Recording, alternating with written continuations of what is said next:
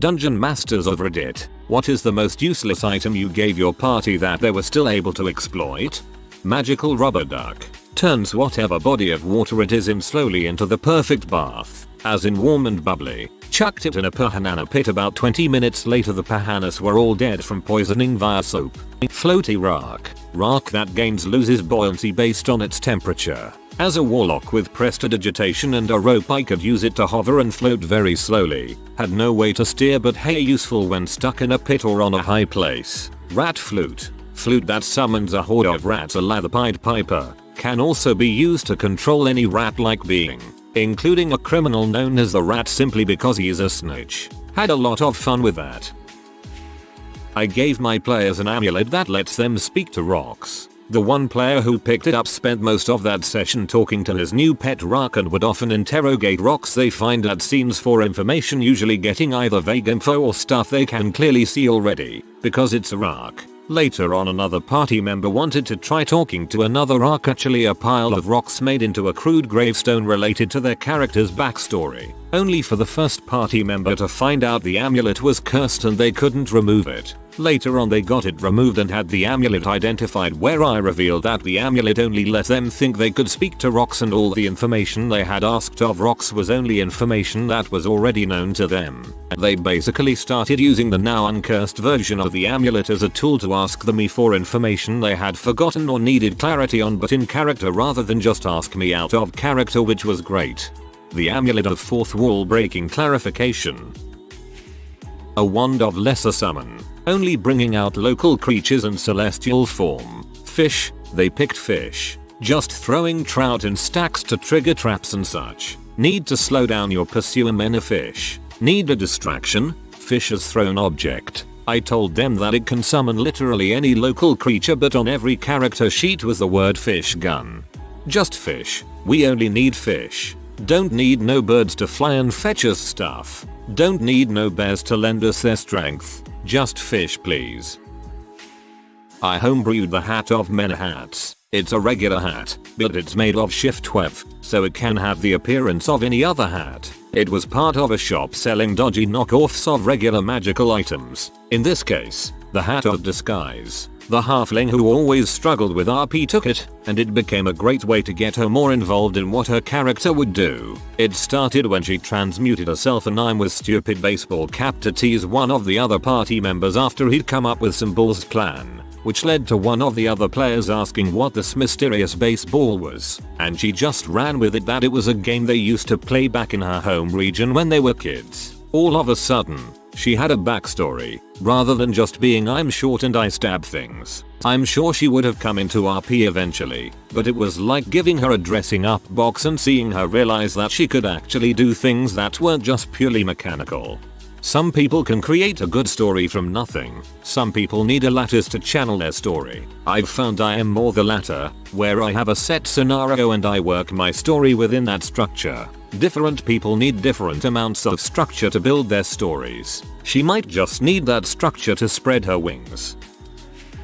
Player, not DM, was given an article that only cast quicksand, that turned a certain volume of rock temporarily to quicksand. High level characters, bit of a gag gift. My halfling got it. Small army of orcs approaching us. Narrow bridge. DM expects a massive fight that's going to test our HP and empty magic items. Q central portion of stone bridge turning into quicksand and dropping into the gulf below. Totally cutting off the orcs. We strolled off at leisure. AKA, how to get the DM to blink in silent confusion for 3 minutes as his game ended hours early.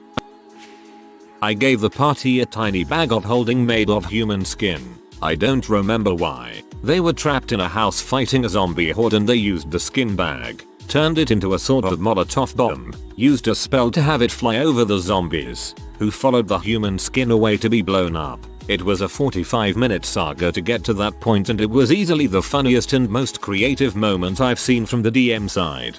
I gave the party a tiny bag of holding made of human skin.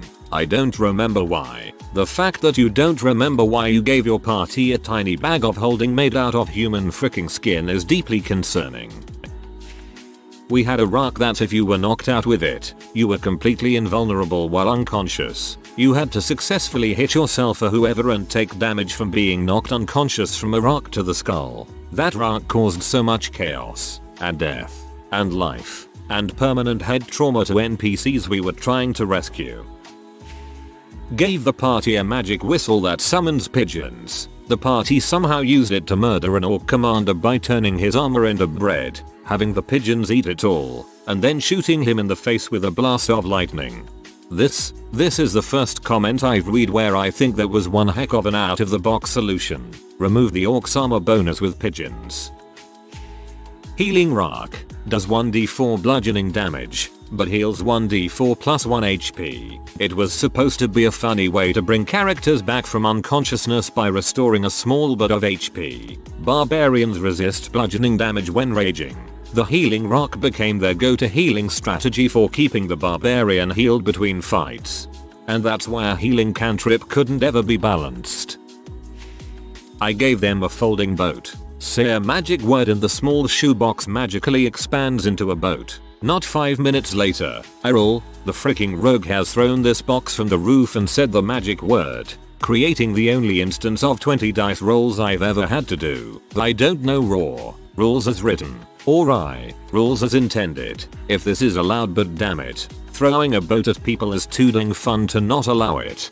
Always be wary of giving your players anything that expands or increases in size at will command. They will toss that thing in a dragon's throat, and then you as the DM have to suffer calculating the tensile strength of dragon flesh versus the amount of material impacting it.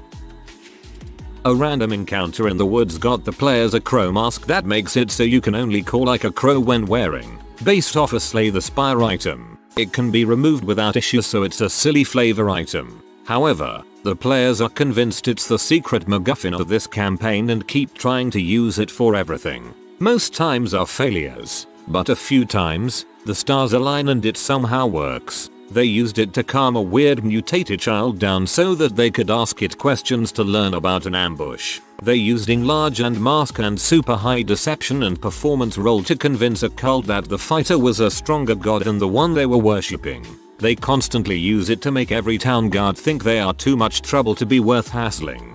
That last one makes sense. Some town guard rolls up to the scene of a disturbance, sees some ripped fighter wearing a crow mask and making freakishly realistic crow noises, while surrounded by a gang of armed and armored adventurers. I wouldn't blame any guard for walking away.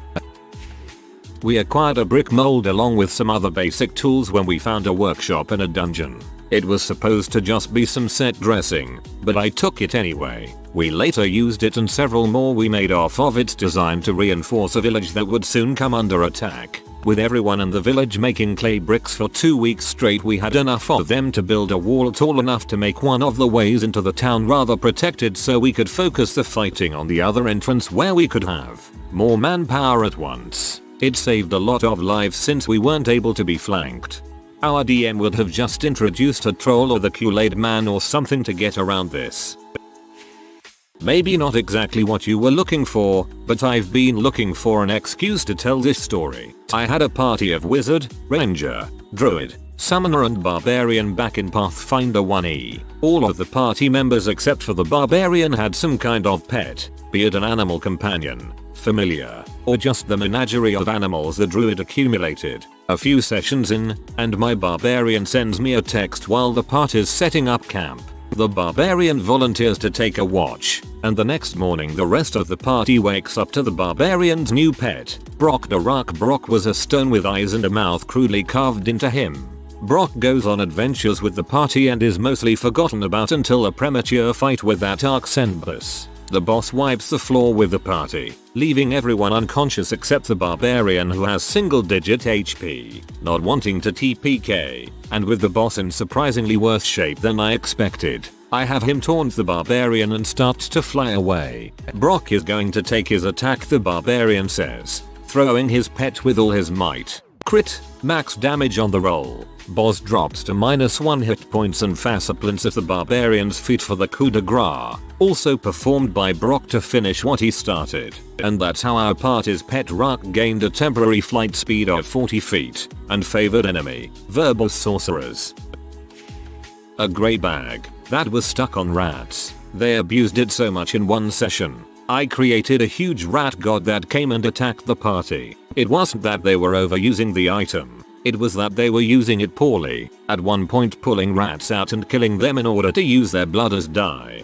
Our druid kept using her Feywild summons as exclusively as HP fodder in combat. Eventually she had to travel to the Feywild and see why they weren't accepting her summons. They were P and took her to a Fey court.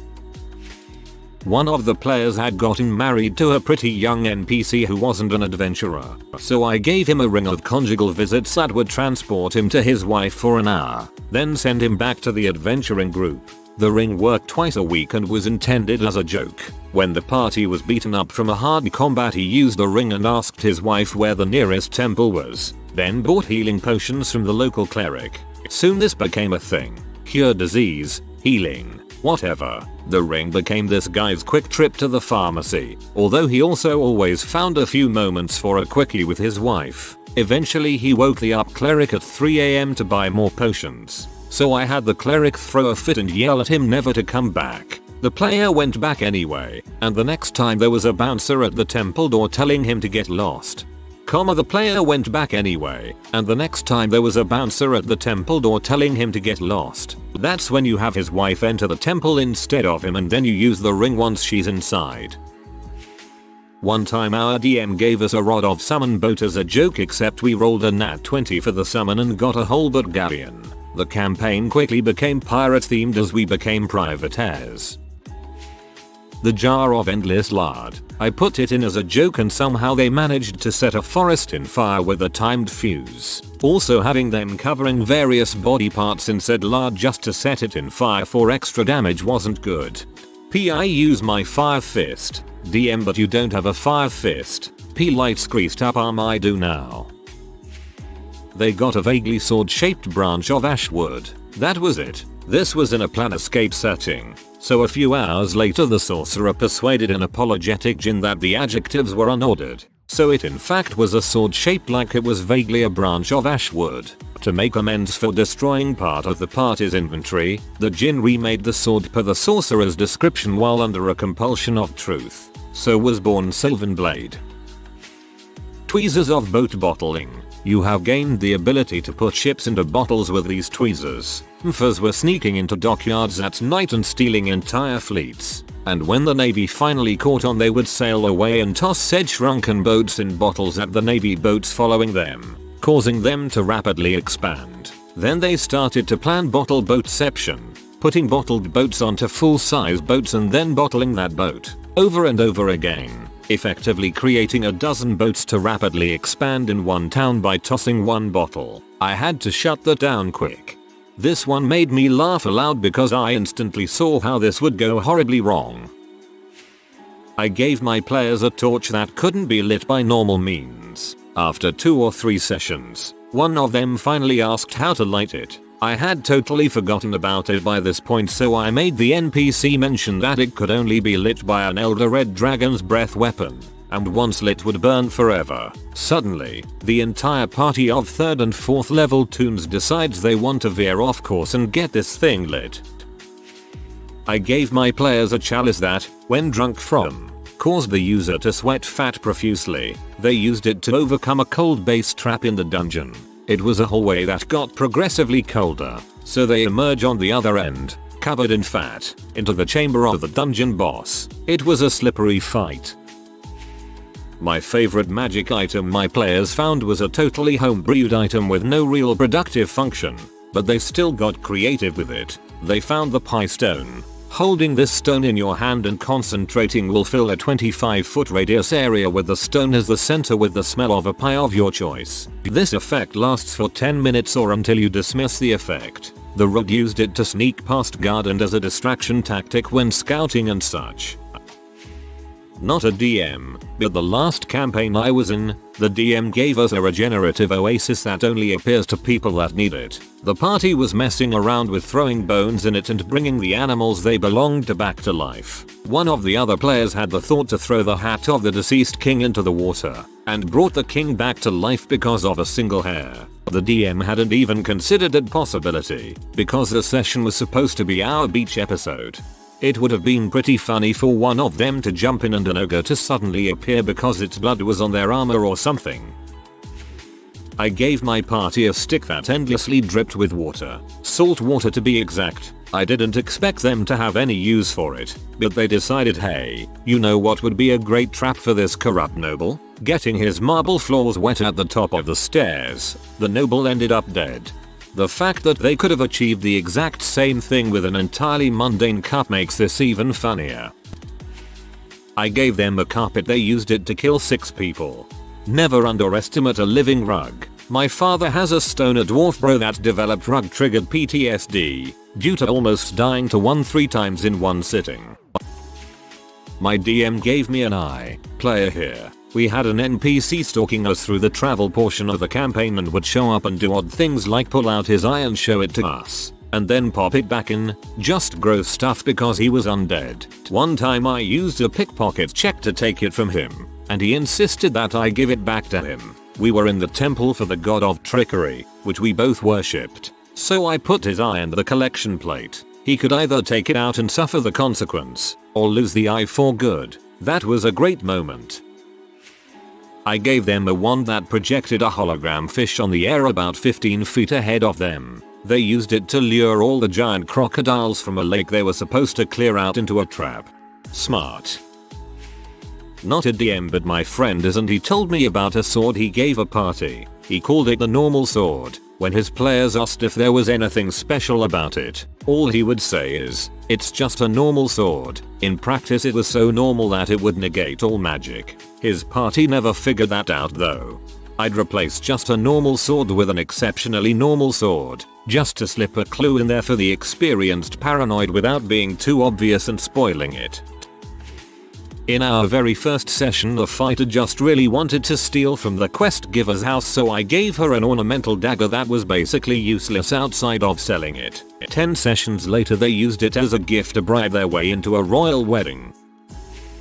I gave my players a rock of gravity detection, which is exactly what it sounds like. They got it early on in the campaign, and when dropped it would accelerate until terminal velocity to the nearest center of gravity. So basically it was a rock that would just act like a normal rock, until way later in the campaign they found themselves floating aimlessly through the astral plane searching for the soul of another player trapped in a keep on a small chunk of land that had been previously transported to the astral plane. They didn't have much to go on as, well, they were essentially floating in a void. Then one of my players pulls out the rock of gravity detection. I tried to argue that it's just a rock so it just floats there, but due to what I thought was a clever wording, my own wording, they argued it should accelerate towards the nearest center of gravity. Yeah, they found the keep. The rock immediately accelerates towards the nearest player. I gave my players a pig whistle. Once a day, they could blow the whistle and summon a pig. I hadn't given too much thought about it, but they used it constantly. They would send pigs off to spring traps. They would have impromptu luau's to curry favor with peasants. They never had to worry about rations again. Pork for dinner. I thought it was just a useless throwaway item, but they sure proved me wrong. Good times. I had a bit called the bargain bin, where I would just improv something stupid, mostly stupid made up on the spot spells. My favorite was a bag of holding that held exactly as much as a bag of that volume would hold. What I didn't expect was them getting creative. They just made the bag bigger by sewing more onto it, and then rolled it up. Still cumbersome, as I forced extra turns to use the thing if they wanted to use it in combat, but was a great laugh at how they undermined my balls. Since it weighs 15 pounds regardless of internal weight, it was still a tool. Frost sock. Everyone's feet became blocks of ice. They did it, and immediately nat 20'd on a melee, so I went with it caused enemies' feet to detach from their ankle and stay stuck to the floor. Swarm of flies. Just a swarm of flies. No damage. Just annoying. They used it inside a tavern to create a wild distraction, and made their own entrance into the plot-related area. Bluntify weapons. A spell that creates a magical barrier that prevents the weapon from ever making contact with anything. Has to be done while holding the weapon. So they just snuck into a guard's armory and did it to all their weapons, and then robbed a bank. I still threw them some curveballs like it still caused a knockback, and well, this guy owns his own weapons and kept them at his house that night, so he can still stabby. We had barrels of rum we had liberated from a pirate ship hold and came upon a cellar being used as a nest by an army of huge spiders. We soaked rats in rum and got the rats pee drunk, then turned them loose in the spider room. They were eaten. The giant spiders were having a wild party by this point and going batshit. Then we charged in and hacked our way through without anyone dying. This was more rare than it should have been because we had a party of mostly flavorful squishy characters and were getting killed by things we shouldn't have on a regular basis. The spiders are reluctant to pause their arachnid orgy, and also drunk as frick from the rum rats. They roll 3 at disadvantage.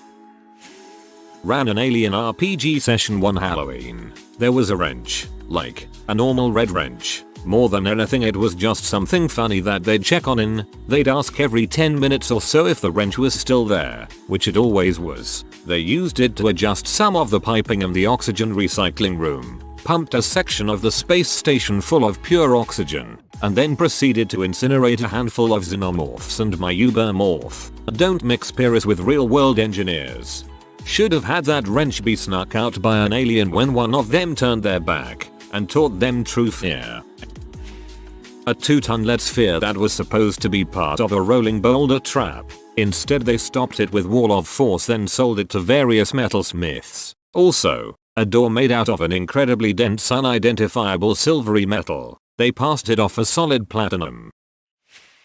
Players, I'm sorry, but this incredibly easy and obvious puzzle can't be solved. Also players, yes, this useless item can be used for genocide. Priorities, man. My party were camping in a barn and made friends with a goose. I allowed them to take the goose with them as a guard goose emergency food. In the process of dungeon crawling they find a gold bracer. The cuff was a soul-bound item that would cause whoever wore it to randomly be possessed by a Lich King, with the idea that the next quest would be removing it from the affected party member. After thorough inspection the party discovered an evil aura surrounding the cuff, so they put it on the goose. The theory was that since the goose was chaotic neutral it would balance out the evil of the bracer. So now they had a chaotic neutral guard goose that would randomly be possessed by a neutral evil lich, take on the appearance of a zombie goose and cast random spells, though a series of honks and hisses. Sounds like an ordinary goose to me. The Brooch of Glamour. It was a brooch made by a powerful wizard for his wife as a gift. 2 times per day it could have you looking your best. Body clean and fresh. All clothes perfectly clean. Mended and as good as new. Hair perfectly coiffed. Makeup done the way you like it. It was meant to add some color. And the party wizard, a human woman, claimed it. There was talk of using it to fix and clean everyone's clothes etc. Discussions about whether it could mend armor. It couldn't, etc. But the real effect was during a showdown with a BBEG. The wizard also had a ring of fire resistance, as well as a unique item called a blast scepter. The blast scepter was sort of like a buffed wand of fireballs, but also gave the wearer resistance to both explosive damage and fire resistance. Stacked with the ring of fire resistance, the wizard would take 1 stroke 4th damage from fireballs, and no damage on a successful save, with huge saving throw bonuses. Facing off against the BBEG who happened to be a fire wizard, she taunted him out in the open to give her his best shot. Boom, huge enhanced fireball, smoke clears, and there stands the wizard without a scratch on her or even so much as a singe, except now her hair is done up in an elaborate style, her makeup is on point and her clothes are crisp and clean. She basically was immune to fireballs, but the psychological effect of giving your enemy your best shot and now their makeup and hair is done and their clothes are clean and pressed made the BBEG run for it. Psychological warfare at its finest. Father of a DM here.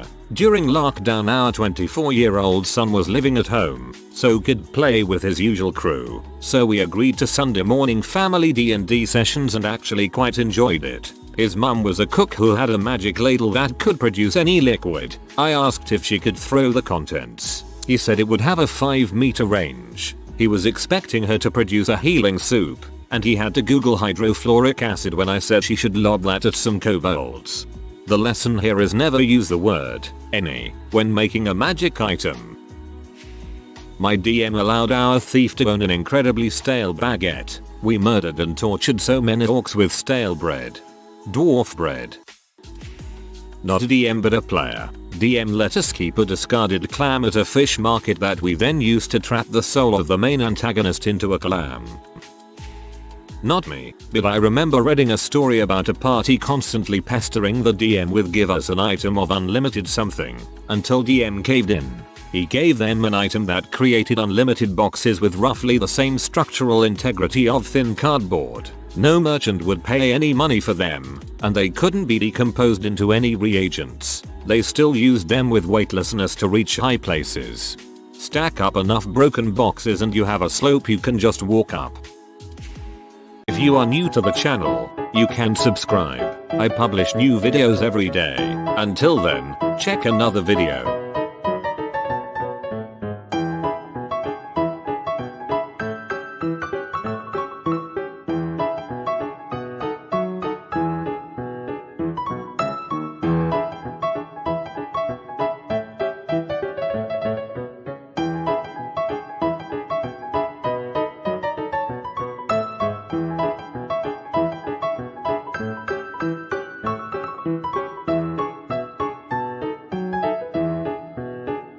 Bye for now.